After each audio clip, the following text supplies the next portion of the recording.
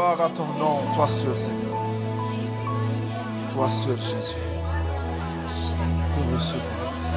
Toi seul est digne, Seigneur. Toi seul. De recevoir. Toi seul est digne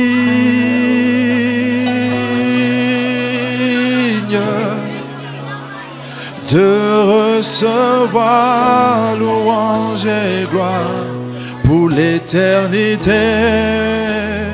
Toi seul est digne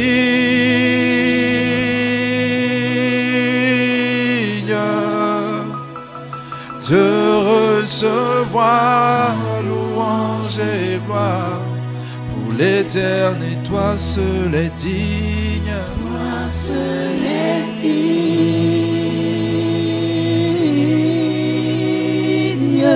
Reçois de recevoir louange et gloire pour l'éternité.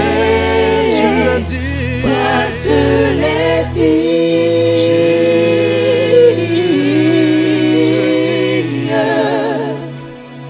de recevoir louange et gloire pour l'éternité. Et ton peuple te entend. Alléluia.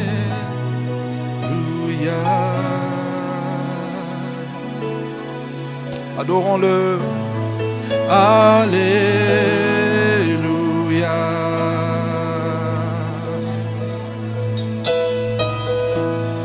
Alléluia.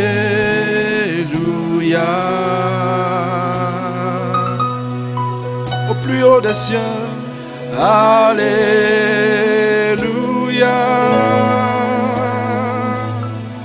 Alléluia. Alléluia.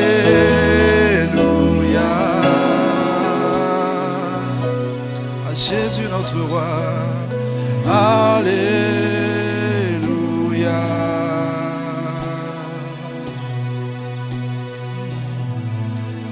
Alléluia.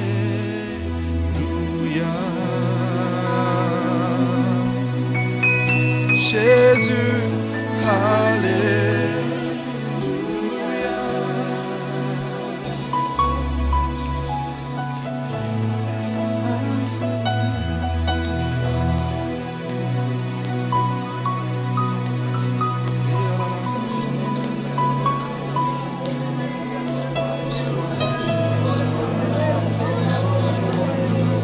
Reçois l'amour, Seigneur, reçois l'amour.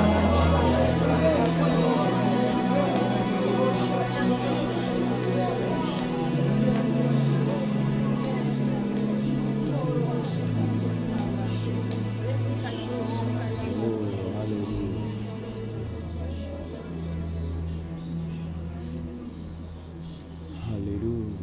Gloire à ton Saint-Nom, Seigneur.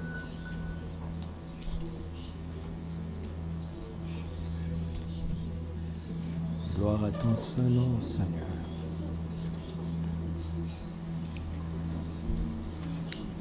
Gloire à ton Saint-Nom. Gloire à ton Saint-Nom, Seigneur. Gloire à ton Saint-Nom.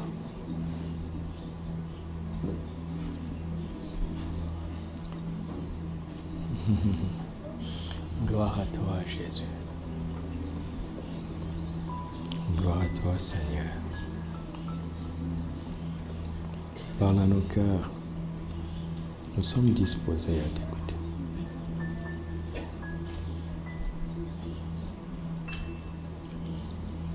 Parle à nos cœurs. Parle à nos cœurs. Parle à nos cœurs. Nous sommes disposés.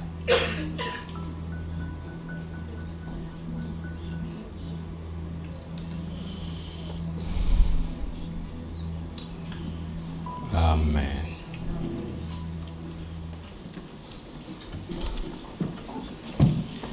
Gloire à Dieu. Alléluia. On salue doucement son frère, gracieusement. On transmet la grâce. Alléluia. Bienvenue à ce culte à la gloire de Jésus-Christ. Alléluia. Bienvenue, bienvenue. Matthieu chapitre 8, versets 5 à 10. Nous travaillons, nous servons sous l'autorité du serviteur de Jésus-Christ, Papa Mamadou Karambiri. Et il a déclaré ce mois de mars comme le mois de la manifestation de la grande foi par la soumission et l'autorité. Alléluia. Mercredi, pour tous les disciples, j'expliquerai mieux encore comment la vision plénitude de vie évolue. La vision plénitude de vie ne s'est pas arrêtée. Le tremplin plénitude de vie ne s'est pas arrêté, mais elle est en train de grandir. Alléluia. Avec les voix divines. Matthieu chapitre 8, versets 5 à 10.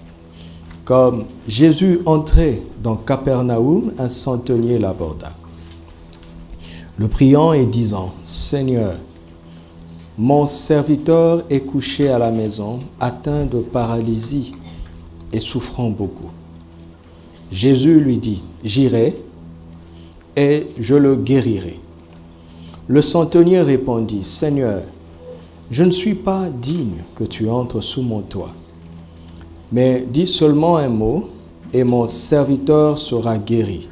Pourquoi? Car moi qui suis soumis à des supérieurs, j'ai des soldats sous mes ordres. Moi qui suis soumis à des supérieurs, j'ai des soldats sous mes ordres. Je dis à l'un, va, et il va. À l'autre, viens, et il vient. Et à mon serviteur, fais cela, et il le fait. » Après l'avoir entendu, Jésus fut dans l'étonnement et il dit à ceux qui le suivaient, « Je vous le dis en vérité, même en Israël, je n'ai pas trouvé une aussi grande foi. » Amen. Que le Seigneur trouve une grande foi ce matin. Amen. Que le Seigneur trouve une grande foi parmi nous. Amen. Que le Seigneur trouve une grande foi dans nos cœurs. Amen. Alléluia. Amen. Nous parlons du secret de l'autorité. Le secret de l'autorité. Les frères à la technique, j'ai écrit secret de notre autorité. Ce n'est pas juste. Corriger, c'est ma faute. C'est le secret de l'autorité. Alléluia.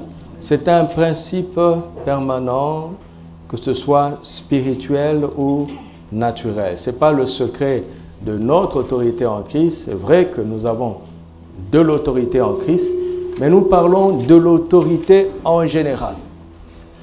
Le secret de l'autorité se trouve dans ce texte. Le secret de l'autorité. Jésus est émerveillé de la grande foi de cet officier romain. Un homme qui avait la responsabilité d'une centaine de soldats. C'est pour cela qu'on l'appelle centenier. Il y a 100 dedans. 100, centaine, centenier. C'était un officier qui dirigeait une centaine de soldats. Et dans ce qu'il dit à Jésus, Jésus voit en lui l'expression, pas seulement de la foi, mais de la grande foi. Alléluia. Nous avons abondamment parlé de la foi l'année passée. Nous avons dit que chaque enfant de Dieu a la foi, n'est-ce pas? La mesure de foi a été donnée à n'importe qui croit en Jésus. Nous avons tous la même mesure de foi. Et quand on parle dans la Bible de peu de foi ou de grande foi, ce ne sont pas des quantités physiques, parce que la foi est un principe spirituel. Nous avons vu qu'un homme ou une femme de peu de foi, ce n'est pas un homme ou une femme qui n'a pas de foi, mais c'est un homme qui ne sait pas utiliser la foi qu'il a contre les inquiétudes. Contre quoi d'autre? Contre la peur. Et contre quoi d'autre? Contre les raisonnements. Tout raisonnement qui contredit la parole de Dieu. Si tu permets aux situations difficiles de te rendre inquiet, alors là, Jésus t'appelle, pas un incrédule, mais un homme ou une femme de peu de foi. C'est-à-dire un homme ou une femme qui ne sait pas utiliser sa foi pour vaincre les inquiétudes, pour vaincre la peur et pour vaincre les faux raisonnements. Partant de là, nous avons compris qu'il n'était pas une question de mesure, mais de principe, de vérité spirituelle cachée derrière. Parce que tout celui qui est en Christ ici a la foi de Dieu. Nous l'avons reçu comme un don par le Saint-Esprit. Et l'année passée, je devais aborder la question de la grande foi, mais mon cœur n'a pas pu arriver là-bas. Parce que Dieu avait un rendez-vous pour 2019. Alléluia. Et papa nous a expliqué ce que c'est que la grande foi. Il nous l'a expliqué. Et partant de l'enseignement que nous recevons de lui tous les jeudis, je nous donne la portion qui sied à notre contexte. Et selon la sensibilité que l'Esprit me donne de vos besoins. Alléluia. Parce que ce même message, si on m'envoie face à un autre peuple, je ne dois pas le prêcher exactement tel que je vous le prêche, parce que la parole est esprit et vie. Elle est dynamique. Elle est annoncée pour répondre aux besoins du moment et qui concerne les personnes qui sont assises là. Et je suis venu te dire que ce que je veux dire te concerne là où tu es assis, maintenant là. Alléluia. Le Seigneur veut faire de nous des hommes et des femmes dont la foi l'émerveille lui. Et il appelle ça la grande foi. C'est une foi qui l'émerveille. C'est une foi qui croit qu'avec un seul mot, Jésus peut faire tout ce qu'il dit. Il peut répondre à nos besoins avec un mot. Pas une phrase, pas un paragraphe, mais un mot. Parce qu'il dit, dis seulement quoi? Un mot. C'est une foi qui repose sur la confiance, une confiance inébranlable en l'autorité de chaque mot qui sort de la bouche du Seigneur. Alléluia. Un mot. Parce que cette séquence est encadrée de deux autres séquences où un lépreux a été touché, a été guéri parce que Jésus l'a touché, n'est-ce pas? Et une dame qui avait la fièvre a aussi été guérie parce que Jésus l'avait touché. Voici deux miracles qui arrivent par le toucher. Et à l'intérieur, Jésus était prêt à aller toucher aussi le serviteur pour lequel le centenier intercédait. Jésus était prêt à aller le toucher pour le guérir. Mais l'homme l'a arrêté, lui dit, non, non, pas besoin. Pas besoin. Dis seulement un mot.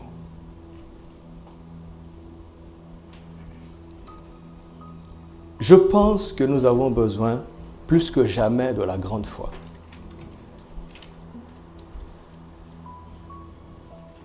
Parce que, gloire à Dieu pour la communion fraternelle, gloire à Dieu pour les ministères qui exercent l'autorité, notamment par l'imposition des mains. Nous parlerons de la puissance des impositions des mains et de tous les points de contact spirituels. Ça, ce sera dans la profondeur, appel à profondeur. Il y a des points de contact spirituel qui libèrent la puissance de Dieu. Amen. Alléluia. Il y a ici dans cette assemblée un frère qui est venu un dimanche. On m'a renvoyé son témoignage. Et un jour, dans le temps de ministère, par l'Esprit, j'ai libéré simplement une parole. Il y a une personne ici qui a une maladie honteuse. Le Seigneur le guérit. Et il raconte, je ne sais pas qui c'est, mais son témoignage m'est parvenu, qu'il était au culte. Et je ne sais pas quel conducteur a dit, bon, serrons-nous la main. Et son voisin, c'était moi. Je lui ai dit bonjour. Il a été visité à l'instant. La maladie honteuse l'a quitté. Ça s'est passé ici. Ce n'est pas sur YouTube. Par le point de contact. Je vis beaucoup ça. Pas à l'intensité des grands ministères dont la gloire est plus grande que la mienne, l'onction est plus forte que la mienne, mais je vis souvent ça. Ok? Mais ça, c'est une petite dimension. Parce qu'elle est assujettie au contact. Ça, ce n'est pas la grande foi. C'est la manifestation de la foi simplement. La grande foi dépend des mots du Seigneur. Alléluia. Un mot, mes amis. Parce que la dimension de la grande foi te donne une assurance extraordinaire dans l'autorité de Jésus. Son autorité telle qu'il n'a pas besoin de beaucoup parler. Un mot suffit. Vous savez, la Bible a été écrite en hébreu et en grec. Quand vous lisez dans Genèse 1, Dieu dit que la lumière soit, ça c'est en français. Dans l'original, ce n'est pas ça. Dieu n'a pas dit que la lumière soit. Dieu n'a pas fait de phrase. Dieu a dit lumière. Quand l'hébreu lit, c'est ce qu'il entend. Dieu dit lumière. Et la lumière fut. Là, il y a un verbe. Un mot a généré une réalité avec des actions. Un mot. D'accord? Si je te regarde et je te dis debout. Et on dira, et il se leva. Mais moi, je n'ai pas besoin de dire lève-toi. Vous n'êtes pas obéissants, vous êtes restés assis. Vous êtes des civils. C'est ça. Vous n'êtes pas au garde à vous. Mais vous allez devenir des soldats spirituels. Amen. Je suivais une prédication dans une église d'un pasteur qui n'est pas simplement un pasteur, mais c'est un père. J'aime beaucoup l'écouter. Et vous savez, au-delà du message, il y a des choses sur lesquelles parfois l'Esprit veut attirer notre attention. Le papa s'est levé. Il a pris son texte de base. Et ce texte, c'est un psaume qui commence « Que toute la terre chante ou bien crie pour l'Éternel. » L'église s'est levée comme ça. Ah! Je dis, mais qu'est-ce qu'ils ont? Mais ils font partie de la terre, non? Ah, vous voyez? Observez-nous, observez-nous. La parole ne nous touche pas comme elle devrait. Et ce n'était pas ça le thème de son message. Mais puisque c'est écrit, et que ceux qui étaient assis font partie de la terre, ils ont fait quoi? Je suis en train de lire un livre d'une dame qui a fait plusieurs visites au ciel. Vous savez la curiosité, n'est-ce pas? Quand quelqu'un a vu le ciel, on veut qu'il nous dise ce qu'il y a là-bas. Mais c'est écrit. C'est écrit. Amen. Et ce qui m'étonne dans ce livre, c'est que les choses que Jésus a dites à cette femme valent peut-être, selon moi, 20% du contenu du livre. Et le reste, c'est elle qui explique. Il dit, Jésus ne parle pas beaucoup.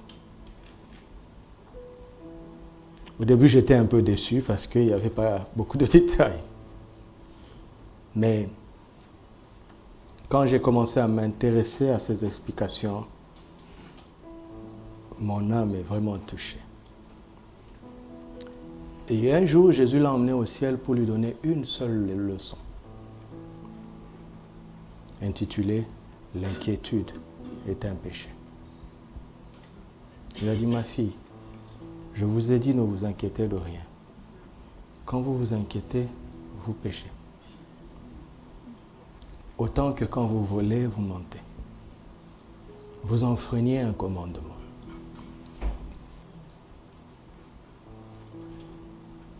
Et dit, Jésus était triste. Il a pris un ton ferme et sévère quand il lui a parlé de ça. Un mot, un seul mot du Seigneur. Vous entendez? Un seul mot.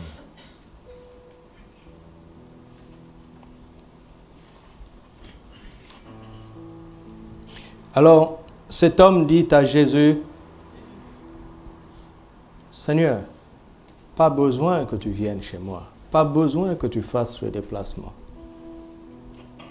Pas besoin d'une action physique pour que le miracle arrive.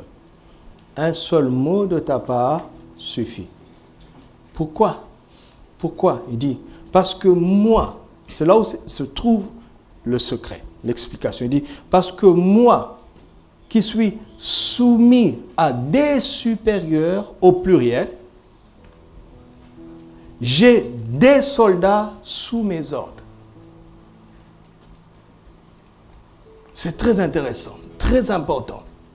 Il dit ce qu'il est et qui fait qu'il a ce qu'il a. Il dit je suis et j'ai.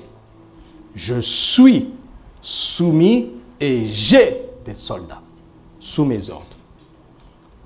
Je suis soumis à des supérieurs et j'ai des soldats sous mes ordres. Autrement dit, mon autorité ne se mesure pas d'abord par la quantité de soldats qui sont sous mes ordres, mais par le fait que je suis d'abord soumis à des supérieurs. Mon attitude face à mes supérieurs détermine une disposition de cœur des soldats qui sont avec moi. Il ne dit pas que moi qui suis soumis à des supérieurs, je donne des ordres. Il n'en a pas encore donné. Il dit, j'ai des soldats sous mes ordres. J'ai des soldats à ma disposition. Mon autorité ne commence pas quand ils exécutent. Je n'ai encore rien dit. Mais il y a des soldats qui sont au garde à vous. Ils sont à ma disposition. Pourquoi? Parce qu'ils voient en moi une attitude de soumission à des supérieurs. Je suis un exemple de soumission, c'est pourquoi on m'obéit. C'est pourquoi on est prêt à m'obéir. Ça, c'est plus précis. Je suis un exemple de soumission, c'est pourquoi plusieurs personnes sont prêtes à m'obéir. Je n'ai pas encore donné d'ordre, mais ils sont prêts. Parce que si tu manques ça, tu risques de mesurer ton autorité par l'exécution des soldats. Mais tu ne sais pas qu'est-ce qui les anime. Si ça se trouve, ce n'est pas parce qu'ils te sont soumis, mais ils ont un intérêt. Ils veulent peut-être garder leur poste. Ils pensent au salaire et à la promotion. Quand ils vont arriver là-bas, ils vont te mettre de côté. Et pourquoi ils sont comme ça?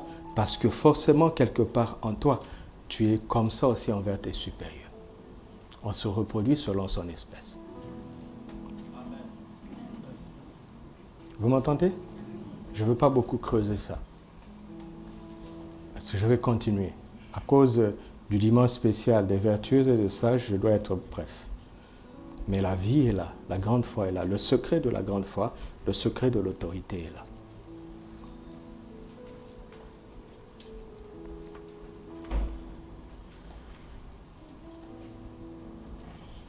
J'aime Élisée parce que quand Élie est parti, il n'a pas d'abord ramassé le manteau. Il ne s'est pas jeté sur le manteau. Mais il a souffert de l'absence de son père. Mon père, char d'Israël et sa cavalerie.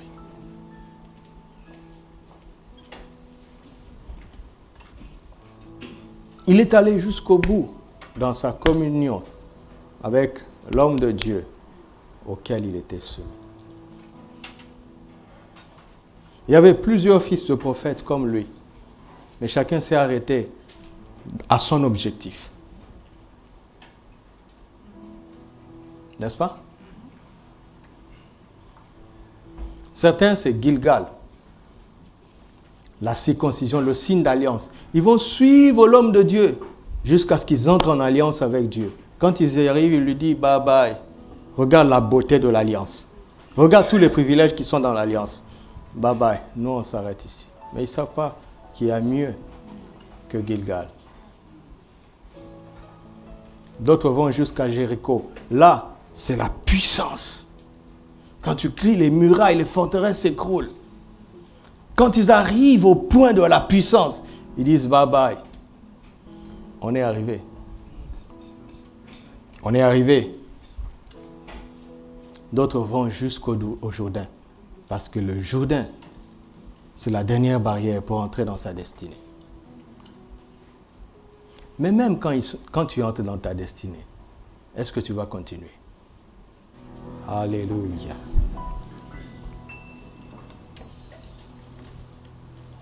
Moi qui suis soumis à des supérieurs, j'ai des soldats sous. Alléluia. C'est très important.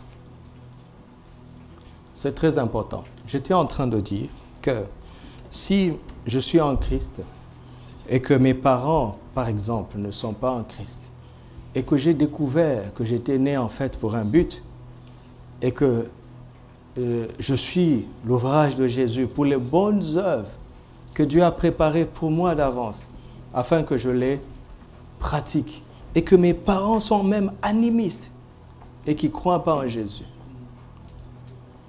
Ai-je le droit, au nom de la compréhension de ma destinée en Christ, de les déshonorer? Si ton père n'avait pas rencontré ta mère,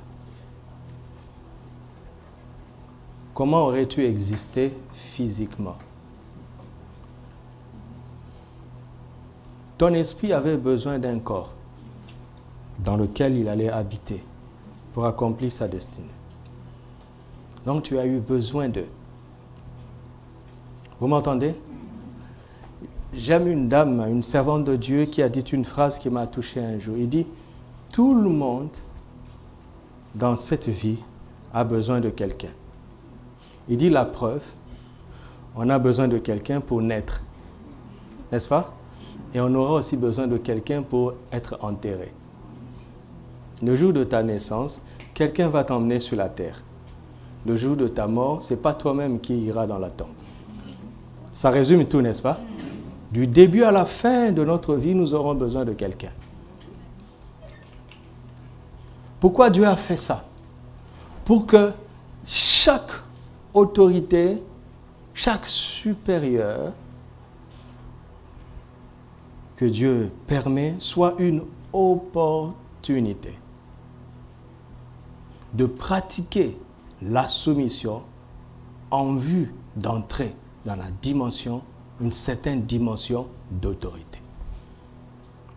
Chaque supérieur que tu rencontres est une opportunité. Vous m'entendez? C'est une opportunité de pratiquer la soumission en vue d'entrer dans un niveau, un certain degré d'autorité. Et Jésus appelle ça la grande foi. Alléluia. Il ne s'agit donc pas d'une soumission rigide, d'une soumission imposée, mais d'une soumission qui est un acte de foi.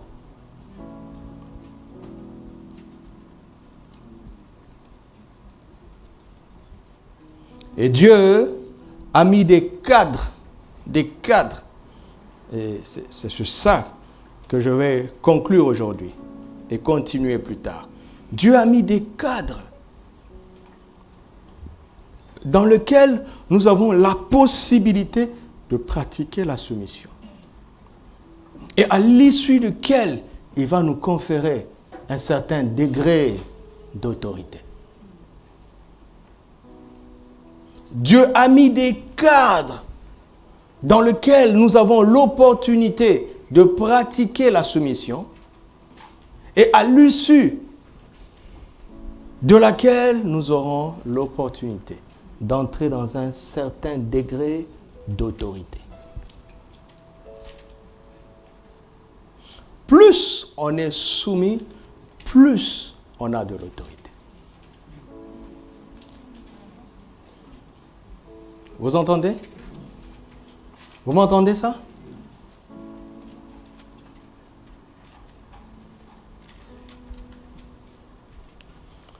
C'est entre autres pour ça que VPV va entrer dans une autre dimension d'autorité. Par la soumission à un supérieur, un père qui a fait ses preuves. Vous entendez? 50 ans de ministère comme ça, il faut être fou pour continuer à contester. Il faut être fou.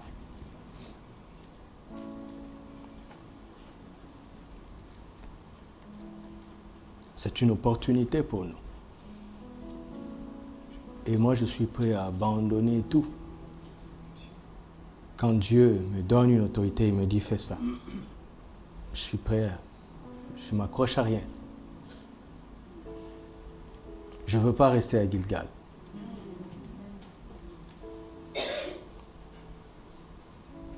Vous m'entendez?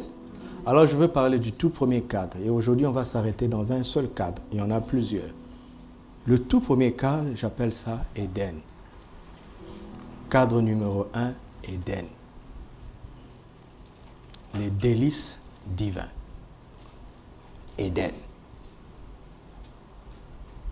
Dieu veut que chacun de ses enfants soit heureux et triomphant dans la vie. Je recommence. Dieu veut que chacun de ses enfants soit heureux et triomphant. Et cela n'est possible qu'au moyen de la grande foi.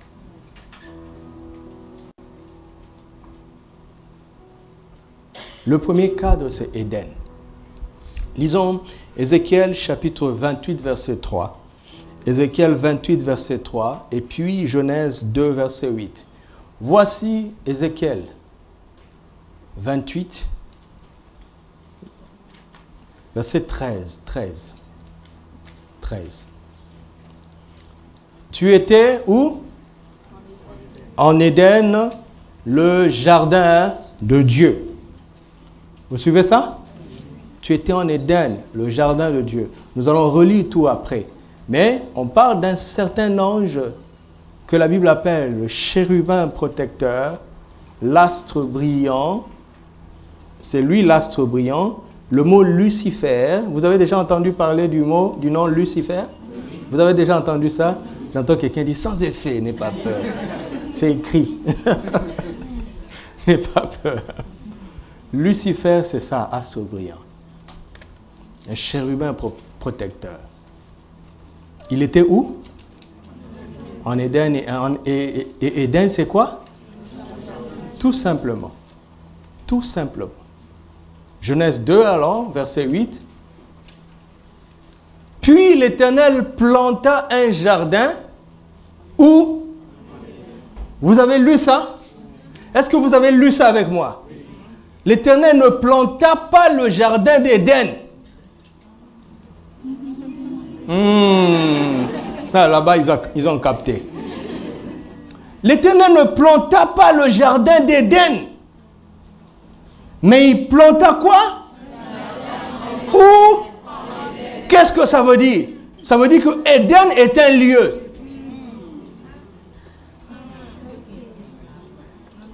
Ce jardin était physique, n'est-ce pas? Mais il avait une situation invisible appelée Éden. Pourquoi j'appelle ça invisible? Parce qu'Ézéchiel 28 parle d'un ange, et un ange n'habite pas un lieu physique d'abord. Voici, Lucifer a été chassé du ciel et il est devenu Satan. Dieu a créé Lucifer. C'est Lucifer qui est devenu Satan. Dieu n'a jamais créé Satan. Il n'a jamais créé le diable, l'accusateur. Ce n'est pas l'invention de Dieu. L'invention de Dieu, c'est Lucifer. Et Lucifer n'est pas un mauvais mot. Ça veut dire un astre brillant. C'est un joli prénom.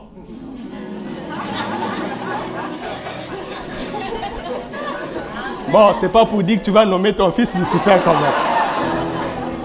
Ça a déjà été perverti.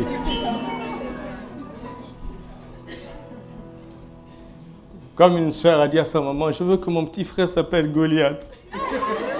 Oui, elle veut que son petit frère soit fort. Mais le tonton de l'école du dimanche n'a pas bien donné la leçon. Ça veut dire ça, tonton David. Dieu a créé l'homme à son image et l'homme est devenu méchant, tyran, dictateur. Dieu n'a pas créé le dictateur. Il a créé un homme avec beaucoup de charisme pour faire du bien. Et l'homme, à un moment donné, s'est rendu compte qu'il avait de charisme. Il s'en sert pour tyranniser les gens. Le tyran, ce n'est pas Dieu qui l'a créé. Ce charisme-là vient de Dieu. Mais ce que l'homme fait avec ce charisme ne vient pas de Dieu. Vous avez vu ça? Dieu a planté un jardin où? En Éden. C'est pour ça qu'il est vain d'aller chercher le jardin d'Éden. Le jardin d'Éden n'a jamais existé. Vous pouvez longer l'Euphrate comme vous voulez. Juste, ce jardin était en Éden. Et Éden maintenant est fermé. Tous les jardins que vous trouverez le long de l'Euphrate sont des jardins ordinaires. Parce que ce qui fait de ce jardin un jardin spécial, c'est sa situation spirituelle. Alléluia. Il y a beaucoup de foi à gauche aujourd'hui. C'est bien. C'est bien. Ça veut dire que la retraite commence à porter du fruit. Ils étaient en retraite, c'est bien.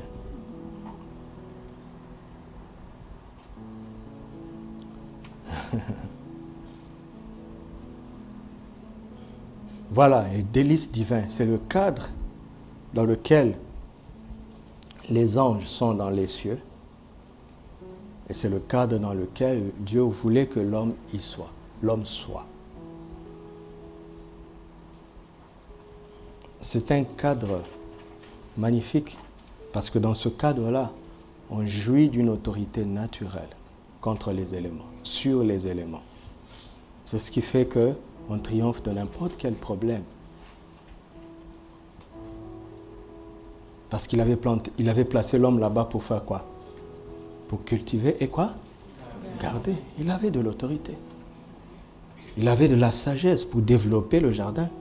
Il avait de l'autorité pour garder le jardin. Et le chérubin protecteur était pareil. Il mettait le sceau à la perfection. Cela vous dit, quand Dieu voulait approuver que quelque chose est parfait, celui qui a emmené le cachet, c'est lui. Quand c'était des choses approximatives, c'est d'autres anges qui emmenaient le cachet. Vous entendez? Quand il fallait signer pour des petites choses, on emmenait les autres. Mais quand il fallait signer pour les choses les plus bonnes, c'est lui qui emmenait le cachet.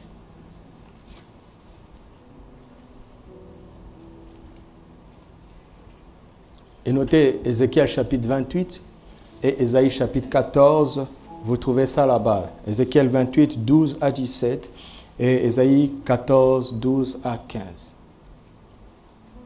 Il était dans cette félicité jusqu'à ce que l'iniquité, écoutez très bien, jusqu'à ce que l'iniquité soit trouvée dans son cœur.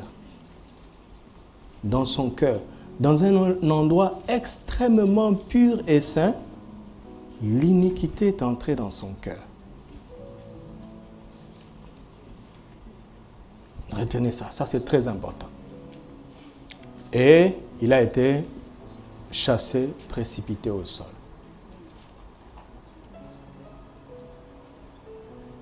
Et il se rend compte plus tard que Dieu manifeste le Éden dont il était chassé sur la terre. Et il y place un homme et une femme.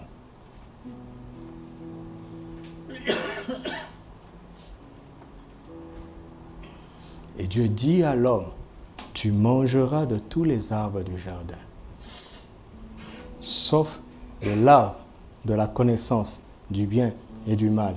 Ce jour-là, Satan a dit, Amen. On entend ça encore dans l'église, non? Les gens disent Amen pour plusieurs raisons. Parfois, quelqu'un dit Amen pour s'approprier la parole. Parfois, il dit Amen pour parler aux voisins.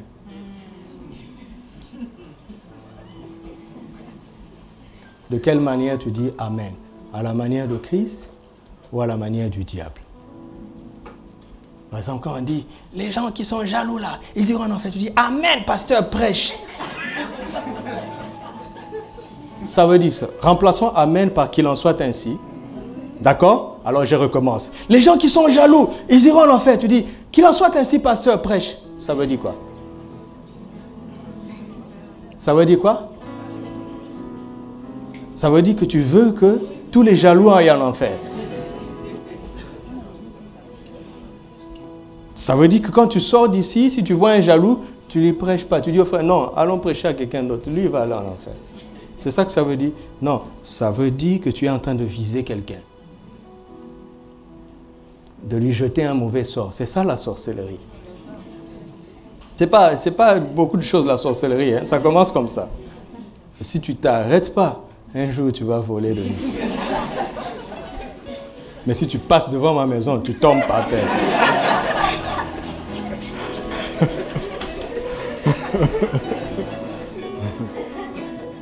Satan a compris, il dit, voici la clé. Voici la clé.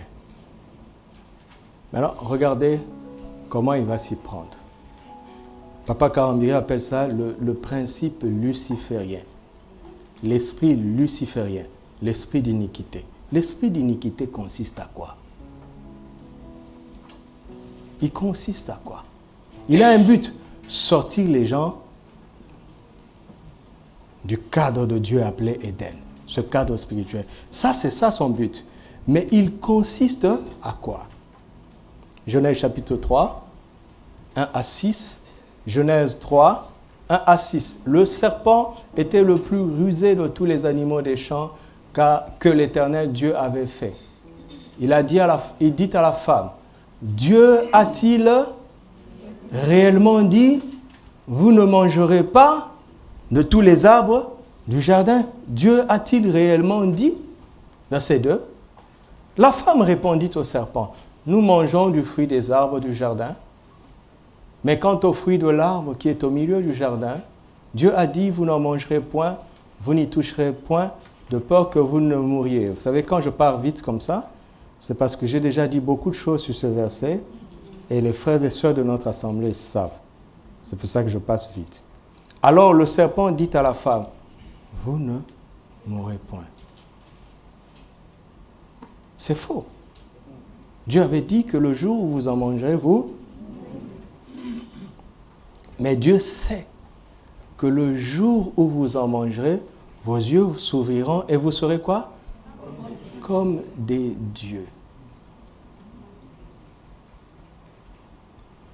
Regardez, si tu ne connais pas très bien, tu n'as pas la possibilité d'avoir la Bible pour connaître les mots en hébreu et que tu restes en français tout simplement, ce n'est pas grave. Parce que jusque-là, il y a combien de dieux? Un seul. N'est-ce pas? Mais si vous vous en mangez, vous serez comme? Ça veut dire quoi? En plus de Dieu, plus vous deux, il y aurait 3 dieux maintenant. Vous allez devenir des collègues de Dieu. Ah oui. Il est en train de pousser la femme et l'homme à commettre la même erreur qu'il avait commise pour être déchu de sa position d'autorité. Ce fameux chérubin s'est dit en lui-même, je monterai sur le trône de Dieu et je m'assiérai dessus. Vous avez déjà vu un trône où 2 personnes s'asseyent dessus? Ça veut dire quoi? Il a osé vouloir destituer Dieu.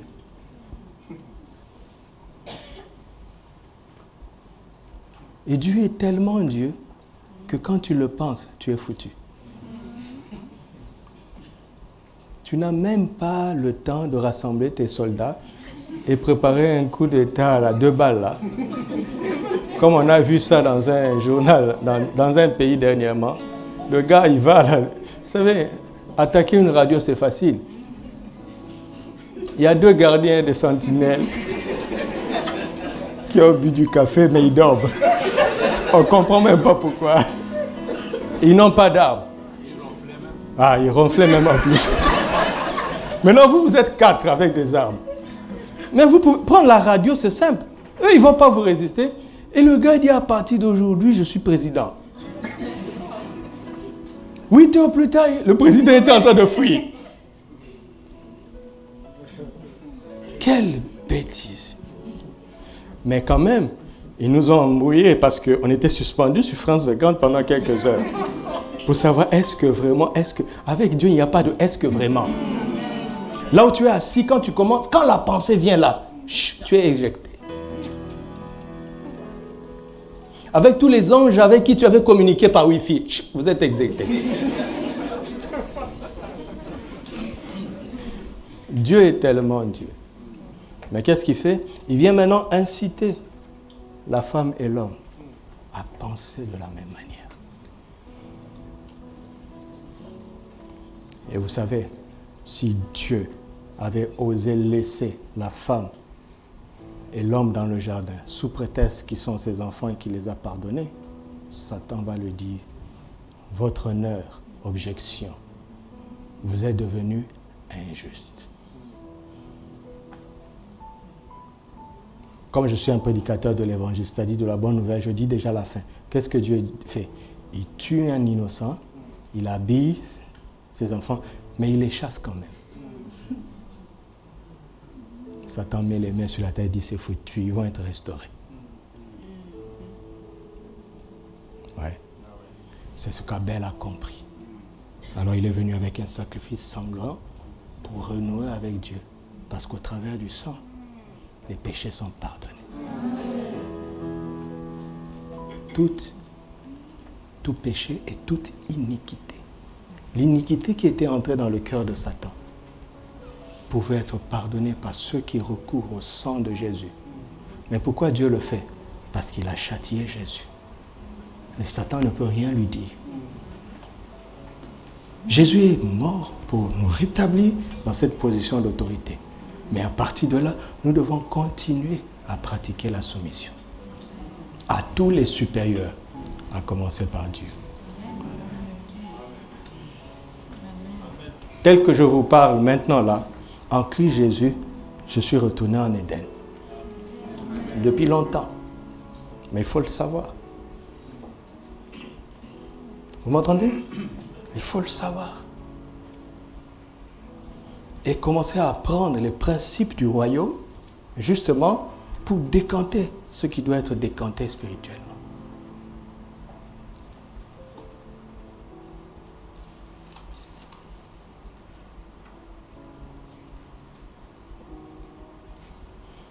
Allons-y, donc nous étions là. Verset 6, regardez. La femme vit que l'arbre était bon à manger et agréable à la vue, et qu'il était précieux pour ouvrir l'intelligence. Elle prit de son fruit, en mangea d'abord, n'est-ce pas? Et elle en donna à son mari, qui était auprès d'elle, et il en mangea. Qu'est-ce qui se passe profondément ici? Inversion de leadership. Inversion. Les enjeux sont beaucoup plus profonds que ce qui paraît. Celle qui était censée soumise, c'est elle qui donne le ton.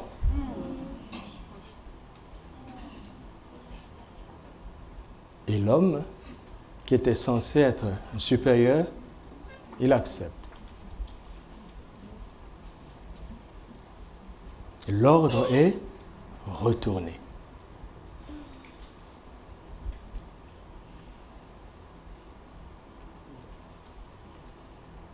L'ordre est retourné.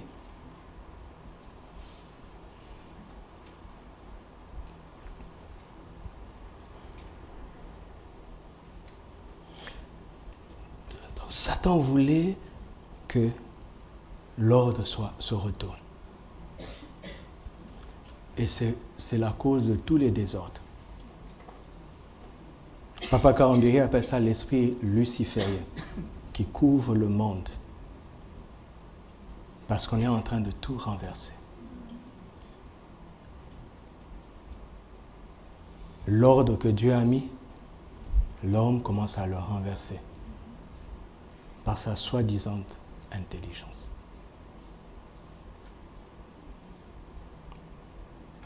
Rien que ça.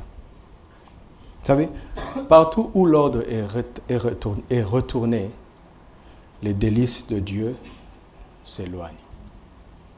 Alors vous allez lutter avec vos propres forces. L'ordre est retourné.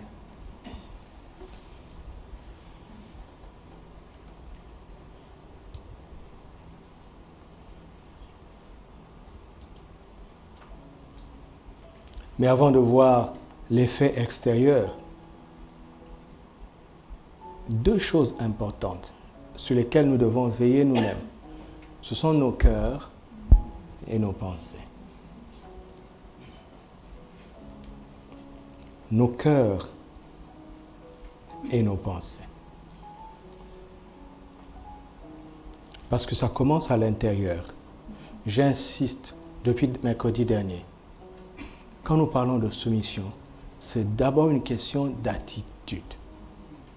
Nous ne voulons pas de soumission et d'un ordre artificiel, superficiel.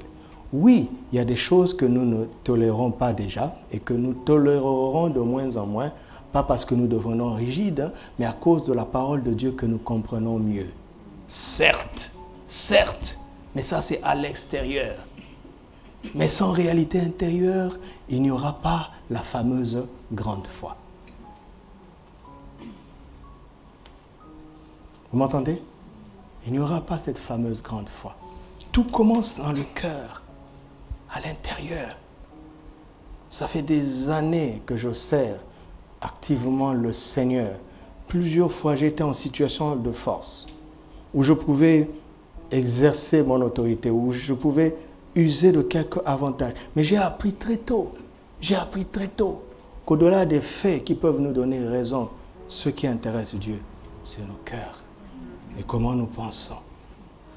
Et à chaque fois, parfois j'ai échoué, mais à chaque fois où j'ai réussi, j'ai été surpris de la manière dont Dieu entre en scène pour retourner les éléments. Quand on discipline ses pensées et qu'on maîtrise son cœur dans sa volonté révélée, dans sa parole. C'est extraordinaire. Et Dieu résout les problèmes beaucoup plus proprement et profondément que nous. Vous savez, des solutions que nous apportons par nous-mêmes emmènent des dégâts. Mais quand Dieu agit, c'est nickel, c'est propre, c'est chirurgical, c'est précis, sans bavure. Et souvent, les temps difficiles sont cette épreuve-là, où Dieu regarde l'écart qui existe entre notre caractère et celui de Christ. C'est là où se trouve l'enjeu. Parce que tu peux exercer l'autorité, remporter une victoire, mais être déformé à partir de cet exploit. Satan s'en va, mais il s'en va en riant. Parce qu'il sait que ton âme, ton caractère est miné. Finalement, tu vas créer des problèmes toi-même par ton caractère. J'ai des centaines de témoignages personnels sur ça. Je dis tout le temps à ma femme, la chose qui a sauvé ma vie depuis que je connais le Seigneur jusqu'à aujourd'hui, c'est le témoignage intérieur. Mon don spirituel le plus fort, c'est le témoignage intérieur. Ça a sauvé ma vie. Il y a eu 1000 situations où c'était clair, doctrinalement parlant, qu'il fallait faire tant. Mais quand je veux le faire, je ne suis pas en paix. Alors je me dis, bon, je vais attendre. Pensant que le Seigneur va m'éclairer dans 2 heures. Rien. Je dis, le lendemain, je vais attendre. 3 jours après, on dit, mais hey, il faut faire quelque chose. Je dis, oui, je sais qu'il faut faire quelque chose. Mais quand je veux, je ne suis pas en paix. Alors je dis, je vais aller prier. Je me retire pour prier. Parce que quand tu dis que tu te retires, les gens ne te mettent plus la pression. Et j'arrive là-bas, qu'est-ce que je veux dire à Dieu? Je dis, je ne comprends plus. Ta parole dit ça, et c'est clair. Mais je n'ai pas de force de le faire. Et j'attends, et j'attends, et j'attends. Et tu vas entendre une histoire. Tu dis, Dieu, tu es fort. Il a fait ce que j'aurais pu faire, mais il a fait sans bavure. C'est extraordinaire. C'est extraordinaire. Et tu sors de là en tirant beaucoup plus de leçons. Tu te réjouis même pas du mal qui arrive à ton ennemi. Parce que tu es rempli de crainte et tu te dis, Dodo, le jour où tu oseras faire ça, c'est comme ça que tu vas finir. Tu trembles. Et le Seigneur continue son œuvre.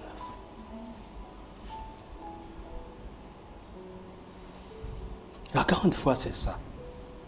C'est se battre contre tout ce qui veut t'emmener à ne pas être soumis au supérieur. C'est ça la grande foi. Vous m'entendez?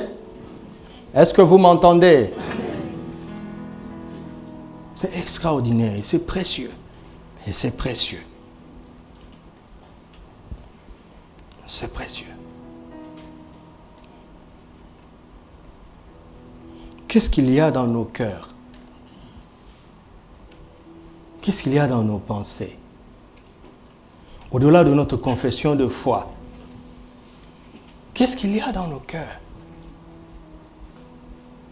Qu'est-ce qu'il y a dans nos pensées? Quelles sont les montagnes? Quelles sont les choses tortueuses dans le cœur que le Seigneur veut redresser? Parce que le cœur de l'homme est tortueux par-dessus tout. Qui peut le connaître? Oui, Dieu. Il est le seul à lire nos cœurs. Ne prends pas à la légère ces choses tortueuses que tu sais, que tu connais dans ton cœur. Peut-être qu'elles ne se verront jamais. Ce n'est pas ça l'intérêt. Mais elles t'empêcheront d'entrer dans la dimension de la grande foi. Quelles sont les choses tortueuses? Quels sont les domaines où nous sommes intérieurement tordus? Quelles sont les montagnes qu'il veut redresser? C'est-à-dire les domaines où nous avons une haute opinion de nous-mêmes. Quelles sont les vallées qu'il veut rehausser? Les domaines où nous avons développé des complexes d'infériorité. Tout ça est à l'intérieur. Et ces choses-là vont t'empêcher d'entrer dans la grande foi. Ne négligez pas ça. Tu n'as pas besoin de la grande foi pour chasser les démons. Mais il est de ces choses que tu ne peux pas faire sans la grande foi. La grande foi, elle te concerne, elle nous concerne. Elle nous rend utile pour les gens que nous aimons. Comme ce serviteur pour lequel il intercède. Quelles sont les pensées qu'on entretient? Quelles sont les forteresses qui sont dans les raisonnements?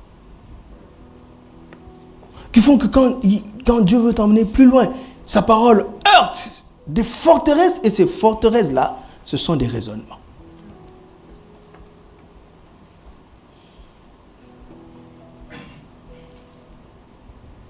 Mais tu refuses de pardonner sur ce terrain-là. Tu es insoumis. C'est fini.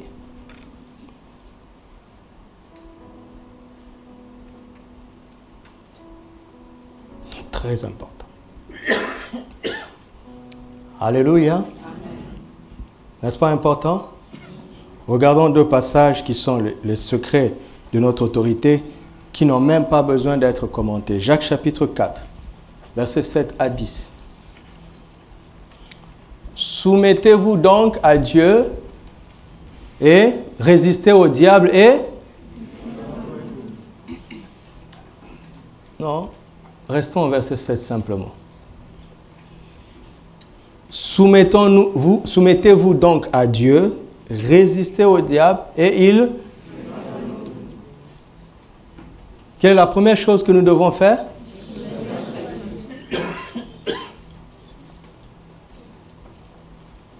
Résistez au diable et il fuira loin de vous. Il ne suffit pas de lui résister. On lui résiste pour qu'il fuit, n'est-ce pas? Ah, mais si on n'est pas soumis au préalable à l'autorité suprême de Dieu, on a beau résister, est-ce qu'il fuira? C'est écrit là. Chasser les démons ne veut pas dire que le diable a fui loin de vous. Les démons sont partis. Judas a chassé les démons, mais Satan est entré dans son cœur. C'est étrange.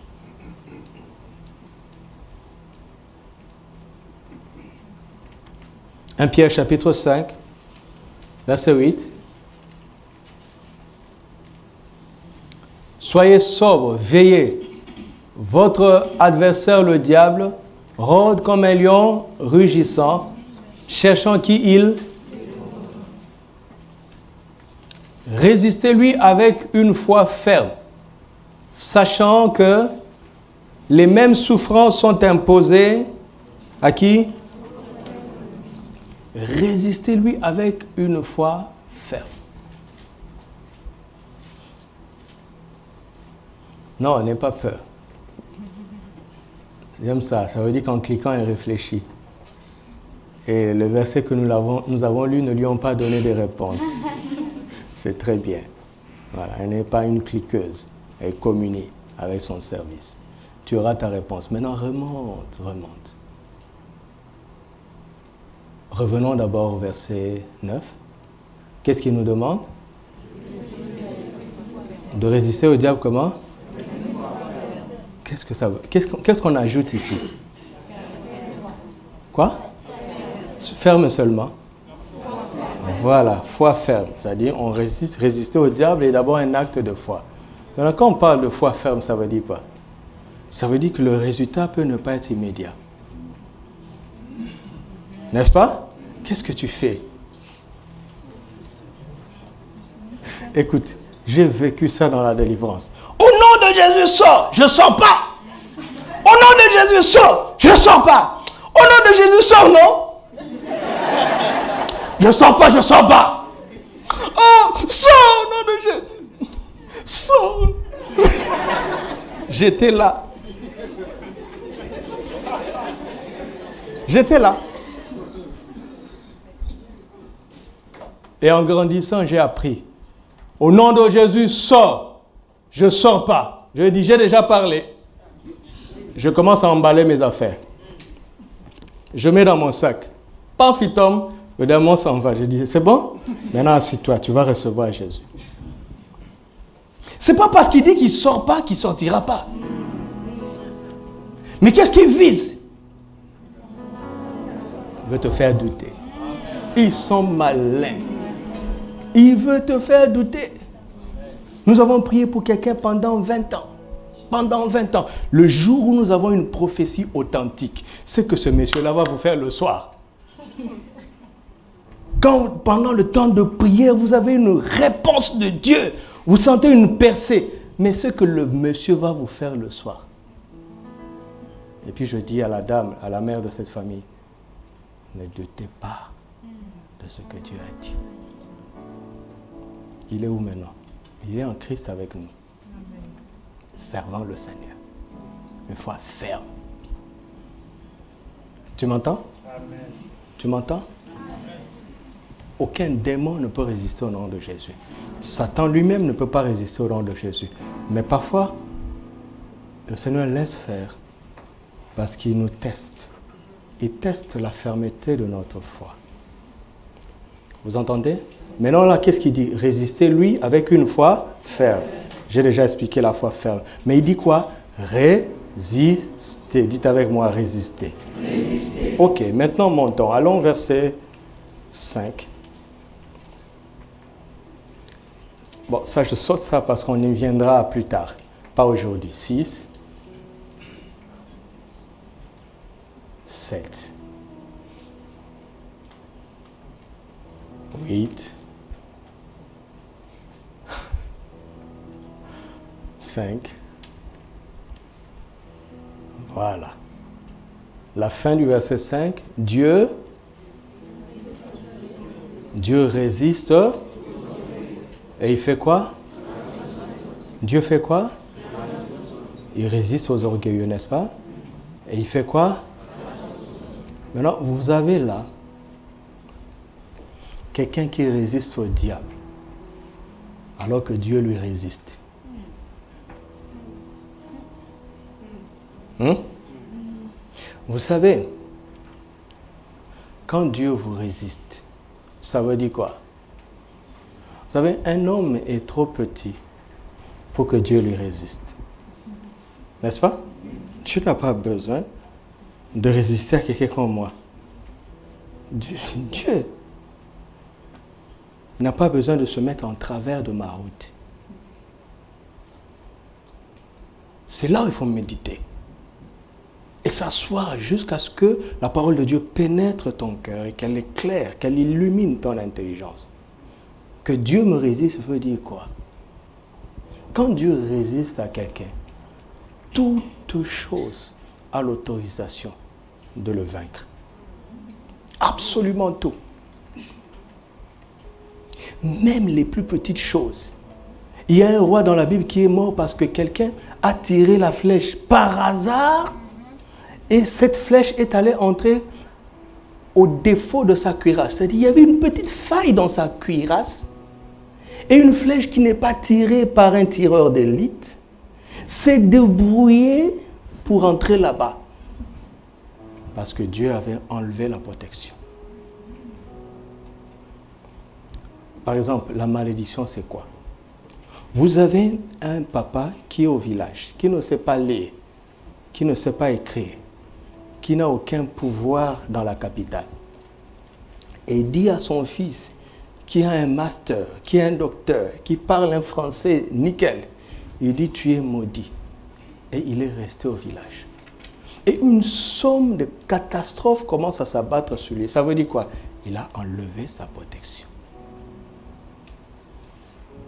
De sorte que les choses qui cherchaient à t'atteindre et qui ne t'atteignaient jamais parce que tu étais couvert, vous savez, nous sommes là comme ça, nous ne savons pas la quantité de choses, la quantité de flèches qui s'abattent sur nous et qui ne nous atteignent pas juste parce que nous sommes couverts. Mais le jour où Dieu enlève ça, c'est là où on se rend compte que la vie qu'on avait, le petit pain qu'on arrive à avoir, tout est un miracle. Maintenant, vous avez là quelqu'un à qui Dieu résiste. Et lui, il va résister au diable. Ça veut dire quoi? En fait, il est en train de provoquer le diable. Parce que le diable voit quelqu'un sans couverture, comme une photo qu'on nous a envoyée sur WhatsApp, d'un singe qui a pris un bâton pour frapper un lion. Et puis on a intitulé « Voici des gens qui cherchent des problèmes dans la vie ».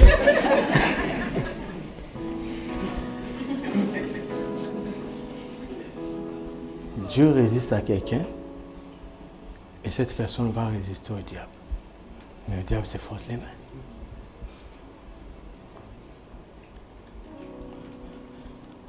Dieu résiste à qui? Ah, regarde, si tu es né de nouveau, vraiment un enfant de Dieu, ok, c'est bien, non? Mais que tu es orgueilleux, ce verset ne va pas s'appliquer sur toi, c'est ça? On enlève 1 Pierre 5,5. Hein? Il ne faut pas dire, moi je suis chrétien, mais chez nous notre péché mignon c'est l'orgueil. Eh, mon ami, je veux pas que les dégâts collatéraux de ta vie m'atteignent. Tu es un danger ambulant. Vous savez, il y a des gens qui sont morts parce qu'on avait envoyé une missile pour atteindre une seule personne. Mais malheur à ceux qui étaient avec eux. Ne fréquente pas les orgueilleux. Tu m'entends? C'est très dangereux. L'orgueil est dangereux. Mais il fait grâce à qui?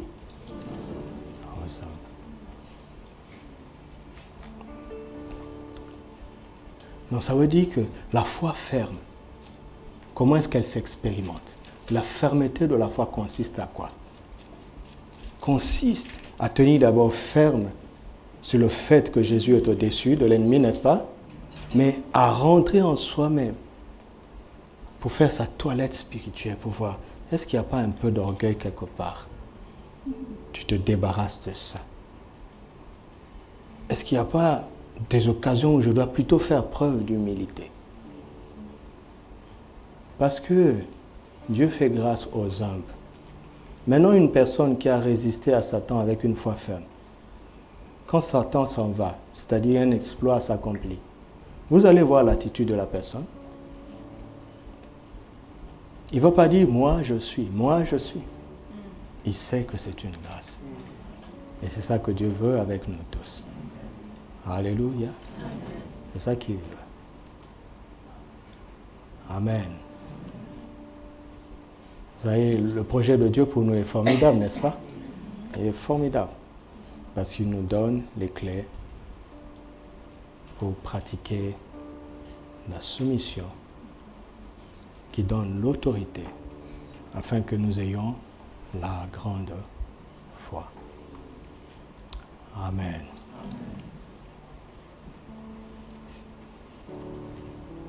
Seigneur, voici ce peuple qui a écouté attentivement ta parole.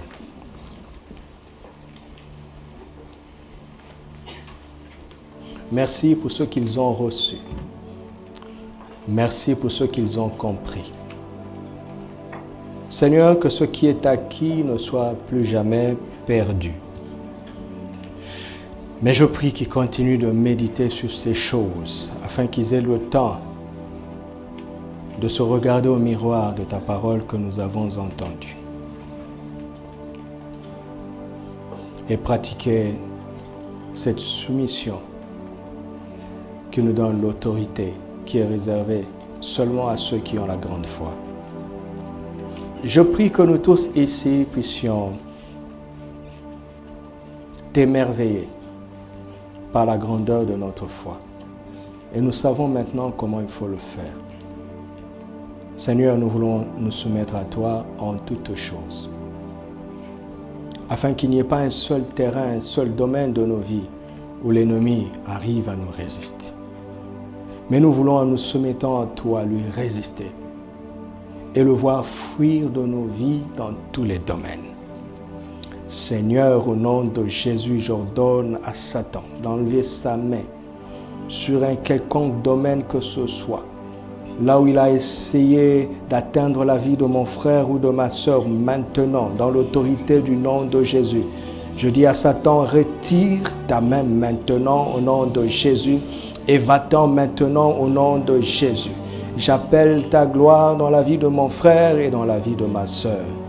Saint-Esprit, c'est maintenant à toi que je m'adresse, afin que tu nous entraînes dans la fermeté de la foi, dans une vie d'humilité, dépouillée de l'orgueil, sous toutes ses formes.